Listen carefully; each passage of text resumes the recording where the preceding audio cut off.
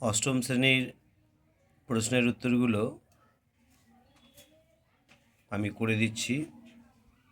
দুটি সরলরেখা পরস্পরকে ছেদ করলে যে দুজোড়া বিপ্রতীব কোণ তৈরি হয় তাদের প্রতিটি জোড়া পরস্পর সমান, অর্থাৎ উত্তর হবে বিপ্রতীব।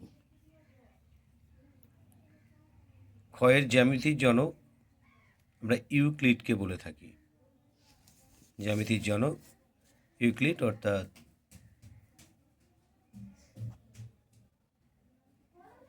একের দাগের উত্তরটা হবে ইউক্লিড সামান্তরিক ও ঘনজ্যামিতির ড্যাশটি উপপাদ্য সংগ্রহ করেছিলেন। তো এখানে আছে 468, 67 এবং 69। তো সঠিক উত্তরটা হবে 467। পরে আছে যে ঘয়েরটা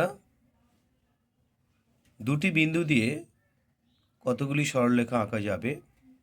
আমরা প্রত্যেকেই জানি যে দুটি বিন্দু দিয়ে একটি সরলরেখা অঙ্কন করা যাবে। আর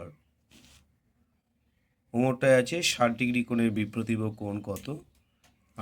আমরা জানি যে বিপ্রতীব কোণ কী হয়, পরস্পর সমান হয়, এখানে আগেই বলা হয়েছিল। তাহলে এখানে হবে 60 ডিগ্রি। এরপরে আছে 6 দাগের উপপাদ্য। এই উপপাদ্যটা তোমরা বই থেকে করে নেবে। দেখো এখানে করে দেয়া আছে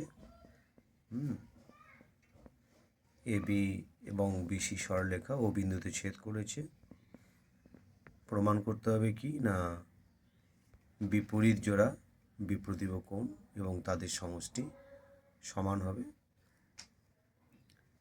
তো এটাকে তোমরা একটু রপ্ত করে নেবে পেজ নাম্বার 75।